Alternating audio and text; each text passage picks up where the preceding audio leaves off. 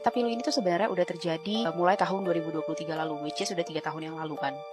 Waktu itu, si YTT ini datang ke sebuah acara konser musik yang ada di kawasan Triton Point, Kota Bandung.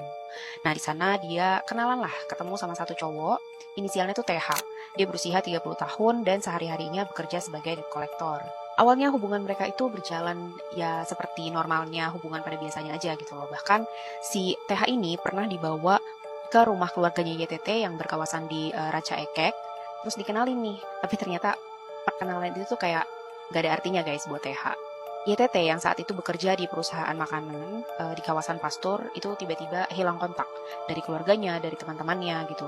Keluarganya panik dong dan berusaha untuk cari YTT ini ke mana-mana gitu, ke tempat kerjanya, terus ke kos-kosannya gitu. Cuman tidak membuahkan hasil, YTT nggak tahu kemana gitu. Akhirnya 3 tahun berlalu, YTT ini masih nggak bisa ditemuin juga sama keluarganya dan ternyata belakangan diketahui bahwa si YTT ini dibawa kabur dan disekap gitu ya sama pacarnya yang namanya TH ini.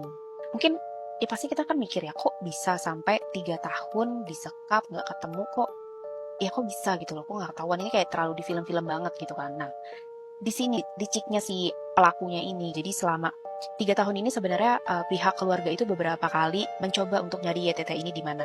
Dan mereka bahkan mau memviralkan berita kehilangannya YTT ini di media sosial. Tetapi pas TH tahu hal ini, itu TH ini langsung mengancam korban.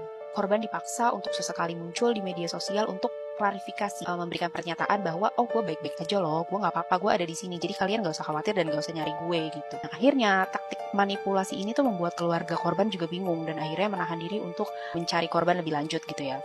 Long story short, akhirnya masuk ke bulan Maret 2026, si TH ini memindahkan YTT ke sebuah kos-kosan baru. Nah, di kos-kosan ini tuh sebenarnya penjaga kosnya itu tuh udah menaruh kecurigaan gitu ya sama si YTT dan TH ini. Karena si YTT ini pas datang pertama kali itu tuh dalam kondisi yang udah lemes banget. Jadi bahkan dia itu sampai jalannya aja tuh harus dipapah gitu loh. Dan kamarnya mereka berdua ini itu selalu dikunci dari luar sama TH kalau dia tuh mau pergi kemana, entah kerja atau keluar atau kemana gitu. Ditambah lagi ada beberapa penghuni kosan yang mengaku pernah mendengar kayak ada suara benturan benda-benda keras gitu dari dalam kamarnya mereka berdua ini. Tapi mereka nggak pernah mendengar adanya suara jeritan atau suara minta tolong atau nangis apa gimana kayak gitu tuh nggak ada. Kenapa?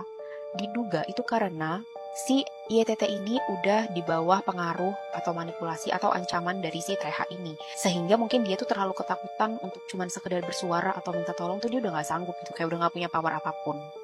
Lanjut part 2.